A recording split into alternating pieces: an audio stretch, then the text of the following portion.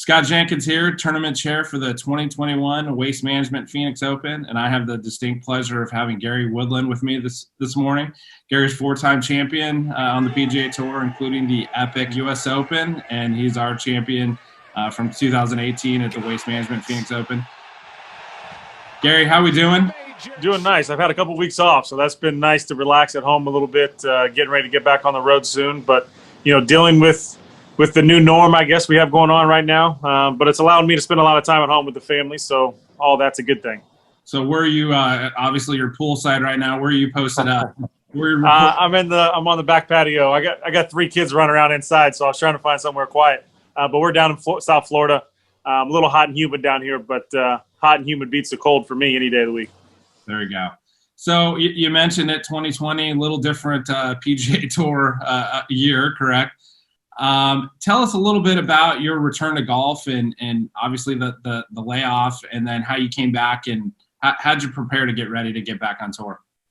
Yeah, you know, it's different in our sport because we don't really have an off season. So knowing that we were going to have an extended break through COVID, I tried to take some time to work on my body. I lost some weight, got in a little better shape, but really I put the clubs away for a while. Took some time with the family. You know, we had new babies at the time. So it was nice to spend some time at home, kind of enjoy the off season, and then try to work on some things throughout the golf swing, throughout the chipping and putting that you really don't have time to work on during the season. So I took it kind of as an off season, came back, and I played a lot of golf, more golf than I would typically play, you know, just because we were off for so long. I wanted to get back at it. But, you know, still through all that, battling injuries, getting back on the road with the new norm. I rented a lot of houses during COVID. When we started up again, usually I'm in hotels, but just trying to create my own little bubble and, you know, try to get used to what we're doing. So for me, it was a nice break. It was nice to also to get back to work and to get traveling, even though it's a little different. You know, we miss the fans. We miss the energy that they bring. But it is nice to be out there and putting on some entertainment and hopefully putting on a good show for TV. So you mentioned the fans. Obviously with the return to golf, there were no fans. There's still limited fans, if any, in most of the tour spots. Tell us a little bit about the difference of playing events without fans. You know, the first couple of weeks it was kind of nice. Just, you know, it was kind of peaceful. You know, out there, it's almost like a practice round. And then after a month, I mean, it's just, for me personally, it felt like I said, there was no energy. You know, especially when you get to a major championship. You feed off that energy, you feed off the mojo that the fans, you know, are bringing. You can hear the roars around the golf course. We don't have that. And, you know, we miss it. You know, I think it's a big step that you see football and you see some of these other sports having fans there. Hopefully we can get those fans back out very soon because we need that. We need that excitement. We need that energy because it brings a lot to our game. And I think it changes stuff.